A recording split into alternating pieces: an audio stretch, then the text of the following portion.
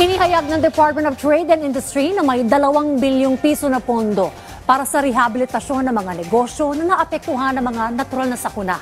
Samantala, nagpaabot ang ACT-CIS party list ng libu-libong sako ng bigas at iba pang ayuda para sa mga nasalanta ng Bagyong Christine sa Bicol Region. Yan at iba pa sa Express Balita ni Kate Renia. Ipinag-utos ni Defense Secretary Gilberto Teodoro Jr. sa National Disaster Risk Reduction and Management Council or NDRRMC na bumuo ng maraming linya ng supply upang maabot ang mga lugar na naapektuhan ng bagyo.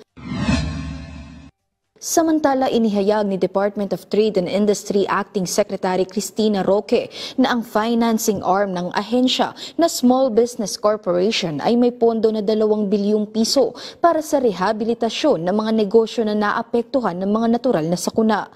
Walang interes ang loan sa unang taon at may 1% na interes bawat buwan sa mga susunod na taon. Inatasan na ni Senate President Francis Escudero ang kanilang mga tauhan sa Sorsogon na tulungan ang mga kapwa Bicolano mula sa probinsya ng Albay at Camarines Sur.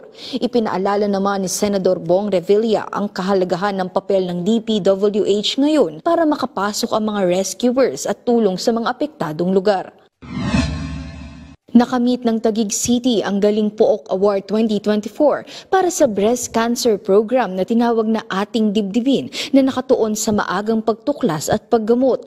Inilunsad kasama ang I Can Serve Foundation noong 2012. Ang programa ay nagbibigay ng libreng diagnostics at suporta sa pamamagitan ng mga sinanay na health workers sa komunidad. Napili ito mula sa 147 entries at isa sa 10 nanalo.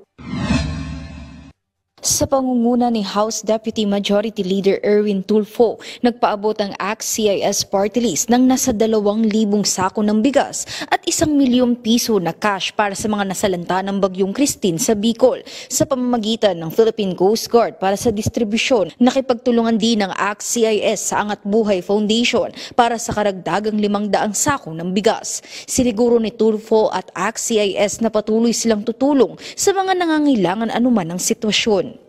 Kate Renia para sa Pambansang TV sa Bagong Pilipinas.